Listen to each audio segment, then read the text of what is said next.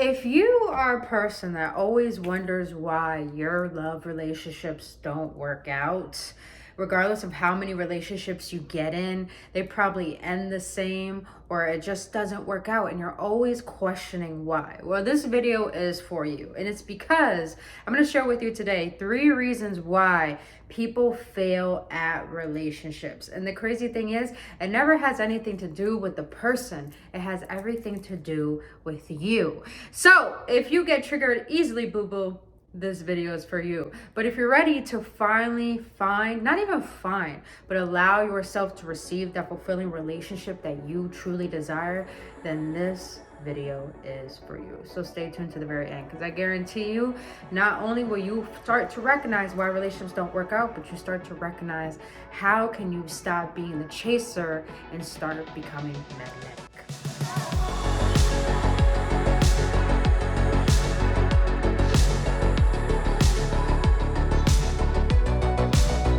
What is Gooch, you beautiful beings? Welcome back, AwakenOnes, on another episode on Embracing Ascension series with your own girl, Brittany Fontenay. If you're new to this channel, so glad to have you here. And if you've been on this journey with me so far, welcome back, boo. On this channel, I am an energetic activator, and I teach things to assist you on your spiritual journey and to show you things you have yet to see. So if you enjoy this kind of content and you feel this is the kind of content you need on your journey, just don't forget to hit that like button. And just when you do hit that like button, the subscribe button likes to be caressed too, so don't forget that. But other than that, beautiful beings, I want to dive right into 3 reasons why people fail at relationships. And if you're a type of person where you are realizing, wow, relationships aren't lasting, love is so disappointing. Well, I was there, boo-boo. I was always the chaser. I was always desperate. I was always needy. And now that I found a way to become magnetic, not to a point where I'm seeking love, but to the point I am love, that it is attracted to me on its own, I feel that I've started to recognize the very reasons why relationships didn't work out and why I have a fulfilling relationship currently, which I'm happily taken, finally. Hallelujah, hallelujah. But the fact that I have this fulfilling relationship has awakened me to a lot of reasons why my past relationships didn't work out. And I'm here to share with you guys, love is not something you chase or you find. Love is something that you cultivate. And that's what I want to share with you in today's video, is not how to become magnetic to receive that love. Because here's the thing, we could manifest the love that we want and still not be ready for it and sabotage it.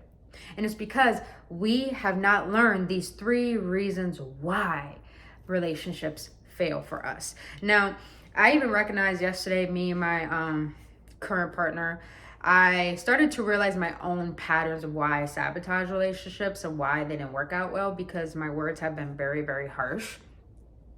And it taught me that, love is, like I said, love is not something you chase after you find. It's something you cultivate. And I had to recognize that, wow, the reason why a lot of us don't allow love in or don't receive it in the way that we want to is because we're perceiving in a way with impure intentions.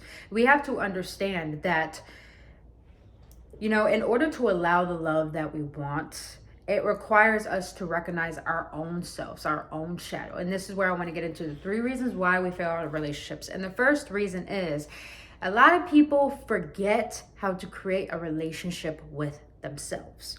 You guys, I've been single for 4 years, literally 4 years. And the beginning of this year, I just found my partner. We went on a couple of dates and it just happened. It was very, very unexpected. And they usually say that's the best love because you were not looking for it.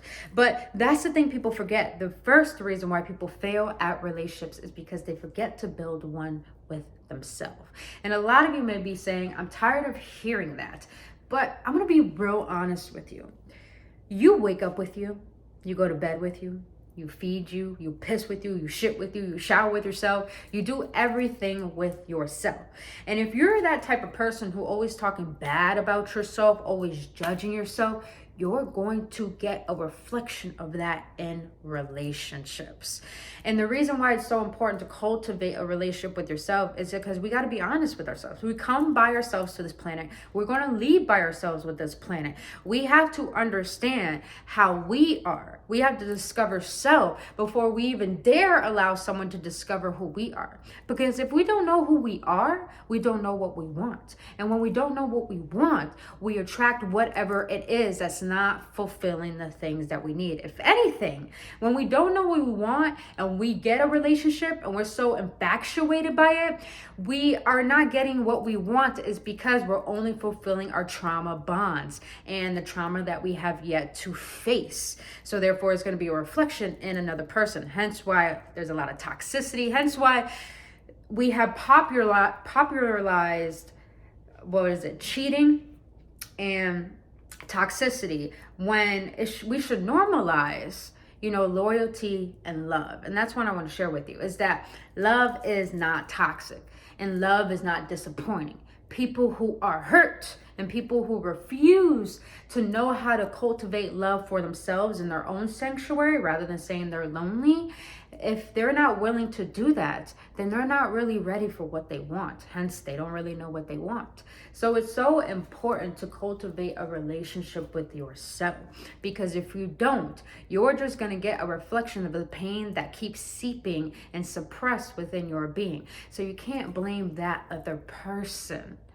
And I'm not saying you should blame yourself, but I am saying don't look on the outside of you, look on the inside of you. What is it that you want someone to fulfill within you that is your job to do for you? And the ways that I've discovered this, and this is very interesting. It goes back to childhood. Like we always say, our relationship dynamics are showing us a relationship we had with our parents. Well, then when you're discovering yourself and cultivating a relationship with yourself, we end up going back into childhood. And the way that I've done this is realizing, what the fuck do I like to do? I started to realize I miss drums. I miss playing the trumpet. I missed playing music. I miss drawing. I miss doing crafting. I started to recognize the things that my heart loves to do. And I started to delve into that. And the more I delved into that, the more it helped me recognize my own shadow, my own flaws, my own pain, my own suppression, my own depression. And doing that has made me find my own joy. And when you find joy in the moment with being with you, that's how everything is romanticized. And a lot of people think romance is you having intimacy with a partner.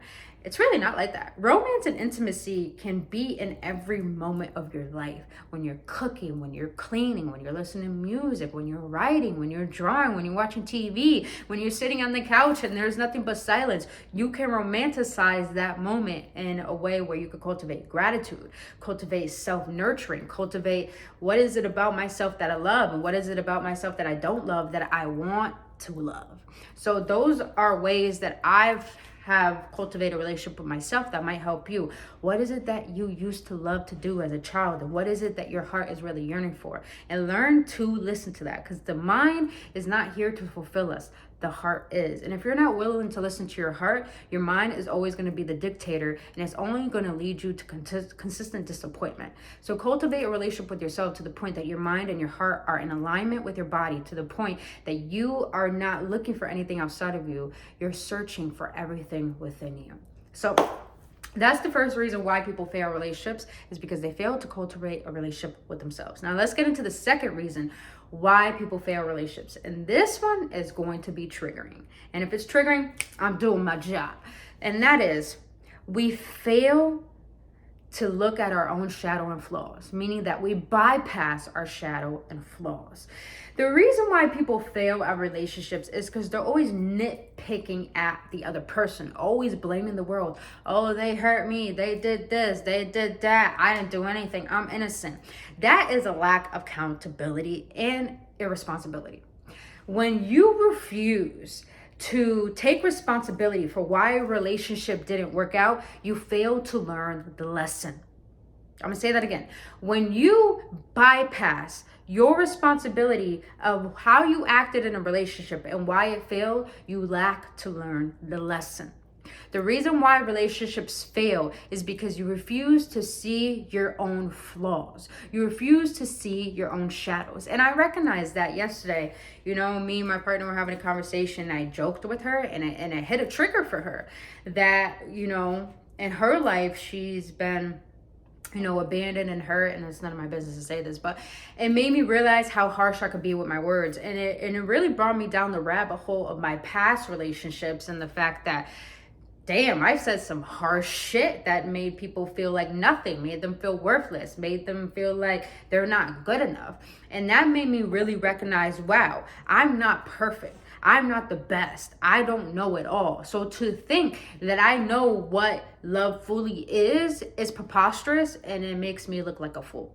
And I've been a fool in a lot in my relationships. I've been the cheater and I've been cheated on. So I know the different perspectives of being a toxic person, a toxic lover, but a healthy lover as well. So what I mean by we bypass our shadows and flaws is that if you're not willing, here's the thing. A lot of people, the reason why we fail relationships is because we're only looking at what the person could give us and we lack looking at how we could give to the other person. Meaning that you can manifest a relationship you want all you want. But if you're not willing to become the person that you want to attract, then what you're going to do is make that person run away. And it's because no matter how much you try to manifest and try to attract a relationship, if you're still codependent, if you're still lonely, if you're still needy, needing things from the outside world, you don't know what love is. I'm just going to be real with you, because you lack looking at what is lacking within yourself. See, I realized in my past relationships, I always nitpicked at all my partners. I always judged them, nitpicked them. I don't like this, I don't like that, don't do this, don't do that. I was a controlling motherfucker. I'm gonna be real honest with you. But because of that led me to be single for 4 years, because I wanted to see the parts of myself that was lacking love, but I also want to see the parts of myself that were not showing up for another person. And in doing so and recognizing that, it was a painful journey to recognize that, wow, I've been wrong.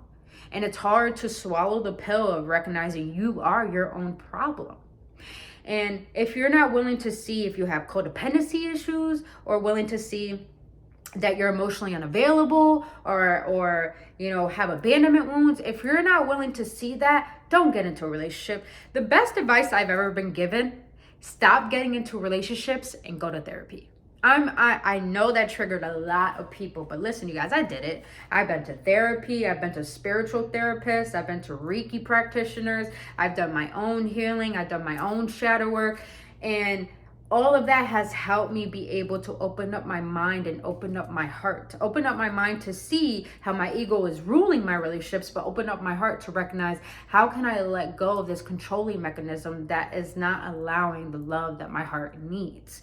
So it's very important, you guys, that to understand why your relationships fail, and this is a big one, you are bypassing your shadow work and you're bypassing seeing your flaws. Because when we go into a relationship thinking that we know it all and we deserve it all, and we're not willing to give, we're not willing to be emotionally available, or if you were that person who's always needy, giving, then don't get into a relationship. Don't. Because what you're going to do is put all your past trauma onto that other person. And that's not fair to the other person. Because please understand, like I said in my last videos, relationships are not here to make you happy. They're a part of your happiness. It's a plus.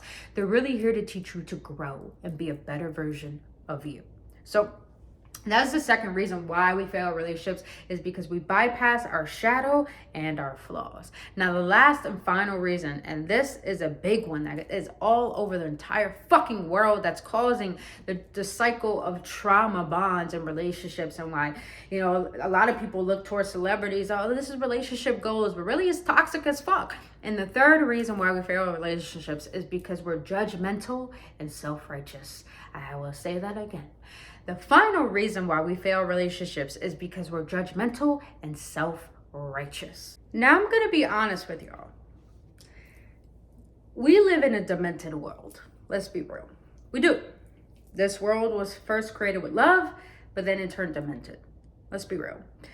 And the first thing we were ever taught in life is judgment. God judges us. So people think they have the right to judge others. But the reason why people fail relationships is because of judgment. Judgment creates separation. And when we are judgmental towards another person, we create the divide. And this is where you gotta look at your shadow. This is where you gotta look at your ego and your flaws. Now, since we live in this type of world and we're taught judgment and separation, this is why we lack being curious about the other person and why we're always thinking about ourselves, hence narcissistic characteristics. So, because we live in this type of world, we have to understand that in order to cultivate a healthy relationship and to allow it in and to become magnetic, we have to stop being so judgmental to the point we're so aggressive with our word, aggressive with our way of movement, of thinking that we need something from this person, so they need to give it to us, and we lack seeing what they need as well. So we have to understand that we need to cultivate, instead of self-righteousness and judgment, we need to cultivate intention. Because when someone has intention, they are consciously awakened to the point they don't only see their own needs, they see the other person's needs as well. And intention doesn't create aggression. Attention creates compassion.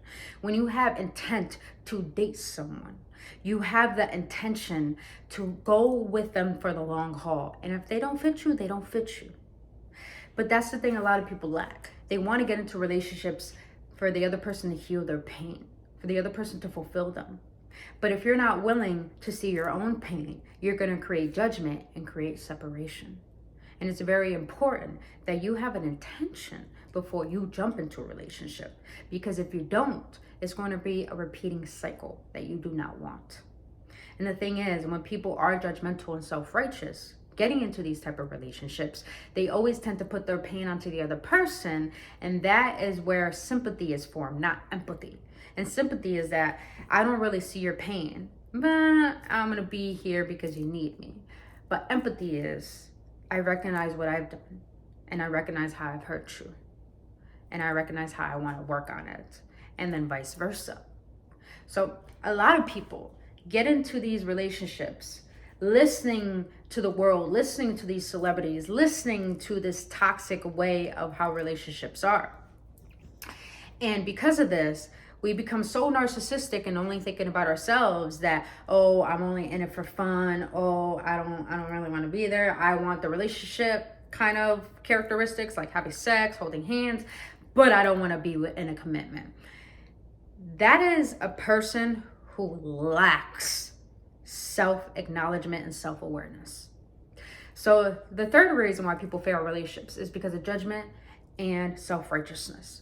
You can't get into a relationship if you do not know what you want, if you're not willing to take accountability for your bullshit, and you're not willing to be curious about another person. Like I said, I've been single for 4 years, you guys, and now I have a happy relationship, and I can admit it is a healthy one, and I can admit when I'm wrong. And they could admit when they're wrong. And I realized I became the person that I've been wanting to attract. And therefore that's why I was able to become so magnetic to the point I had options. But now I found someone I actually want to be with. And it's because I was willing to put myself first, because I knew how to enjoy my own solitude rather than being lonely and desperate. Because when you're lonely, you're always going to see through the eyes of pain and trauma. But when you're in love with your sanctuary, you're going to see through self-respect and what self needs, and also what another person needs. So please understand, you guys, do not get caught up in what this world teaches you and what Disney Channel teaches us about love. I even hate that saying, oh, I have a crush, this is my crush. That doesn't sound appealing to me. That you want someone to crush your heart? Like, that doesn't sound appealing to me. I even had a teacher, one of my acting teachers, she's like, I like a little bit of toxicity. And I was like, well, it makes sense why you're very unhappy. Like, I just had to be really blunt with her. It makes sense. A lot of people are so attracted to toxicity and cheating, but we need to normalize loyalty and love. Because a lot of people are seeking love through a person who is not emotionally available, a person who's not willing to take accountability, a person who doesn't know what the fuck they want, and they wonder why they're not getting what they want. Is because you are actually mimicking and reflecting what that person is giving you. So that's why it's very important to cultivate a relationship with yourself. Look at your shadows, look at your flaws, look at how you judge people, and look at how self-righteous you are. Because when you're willing to see yourself, you can see the bullshit in other people. But when you're willing to become self-aware and what the heart needs, you're able to see what another person needs to create a meshing of love.